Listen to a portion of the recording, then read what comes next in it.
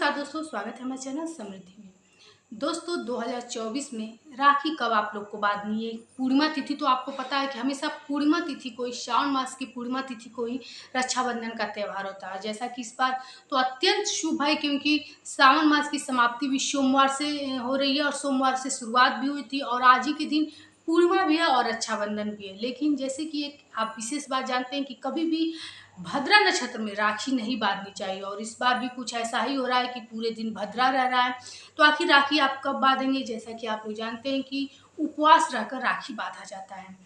तो छोटे बच्चे हैं तो कितने बजे तक उपवास रहेंगे, कैसे राखी बांधनी चाहिए? देखिए, सबसे पहले राखी बांधने का नियम आप लोग जानेंगे। दोस्तों, राखी एक भाई बंधन का मतलब प्रेम का प्रतीक है। आज के दिन लोग मिलते हैं, दूर दूर से भी जो लोग छोटे बड़े रहते हैं सभी लोग मिलते हैं और रक्षाबंधन का पर्व मनाया जाता है।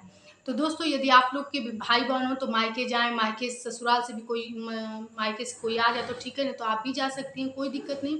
एक चीज़ यहाँ ख्याल रखिएगा कि जैसे मॉडर्न युग के होते हुए आप लोग, कोई ऐसा इस समय मैं देख रही हूँ चांदी का भी रक्षाबंधन है, लेकिन सबसे अच्छा रक्षाबंधन शुभ मतलब जो होता है वो रेशमी धागे का ही होता है।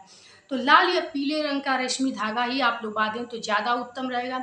दूसरी चीज़, कभी भी गलत दिशा में होकर के राखी नहीं बांधनी चाहिए। जैसे भाई को आप लोग यदि पश्चिम में खड़ा कर लेंगे तो पूर्व दिशा की तरफ उसका मुख रहे और आप पूर्व दिशा की तरफ खड़ी होकर उसके आमने सामने मुख करके बांधा जाता है। राखी हमेशा दाहिनी कलाई में बांधनी चाहिए। तो चूंकि भोग मिठाई एक दीपक से आरती उतारी जाती है और दही अक्षत का जो तिलक होता है वो अगर लगाएं तो ज़्यादा शुभ होता है। रोरी दही अक्षत लगा करके आप लोग टीका लगाइएगा। आरती इसलिए उतारी जाती है कि कोई भी मतलब ऐसा निगेटिव हो, नकारात्मकता चीज़ हो तो वो चीज़ उतर जाती है। तो दिया भी अवश्य मतलब ले लीजिएगा उसमें घी का। अब इसके बाद जब राखी बांध लिया जाता है तो कुछ मीठा खिलाया जाता है। ये तो आप लोग जानते हो कि अगर हो सके तो जो श्रीफल होता है यानी पानी वाला नारियल होता है वो अपने भाई के दाहिने हाथ में अवश्य पकड़ा देना चाहिए, मतलब कि दे देना चाहिए, शुभ होता है। देखिए, कभी भी राखी को भद्रा काल में नहीं बांधनी चाहिए। जैसा कि आप लोग जानते हैं कि भद्रा काल की शुरुआत पूर्णिमा तिथि के साथ ही हो जा रही है। तो अब आप पूर्णिमा तिथि के साथ ही हो जा रही है तो राखी बांधेंगे कब?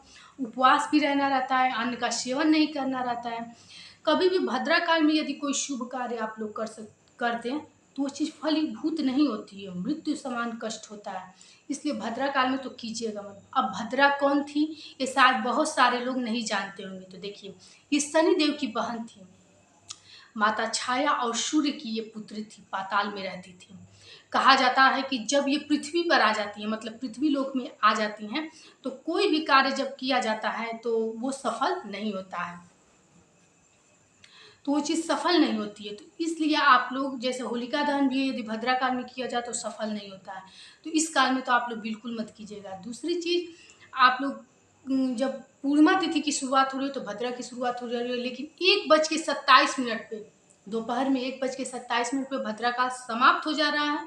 इसके बाद से 1:30 बजे के बाद आप लोग रात तक राखी बांध सकते हैं। तो चूंकि बड़ी हैं तो राखी मतलब 1:30 बजे तक उपवास रह सकते हैं, लेकिन यदि छोटे बच्चे हैं मान नहीं रहे हैं क्योंकि उस दिन घर में मिठाई हो, पकवान हो, सब मिलते हैं, तो आप लोग खिला भी सकते हैं। लेकिन राखी मत बंधवाइएगा, राखी 1:30 बजे के बाद ही बंधवाइएगा। यही है शुभ मुहूर्त और भद्रा काल 1:27 पर दोपहर में समाप्त हो जाएगा 19 अगस्त को। तो इस तिथि को छोड़ करके आप लोग राखी बांध सकती हैं। दोस्तों, हमारी जानकारी यदि अच्छी लगी हो तो आप लोग एक लाइक अवश्य कीजिएगा, चैनल पर नए हैं तो सब्सक्राइब भी कीजिएगा। फिर मिलते हैं एक नई जानकारी के साथ। धन्यवाद।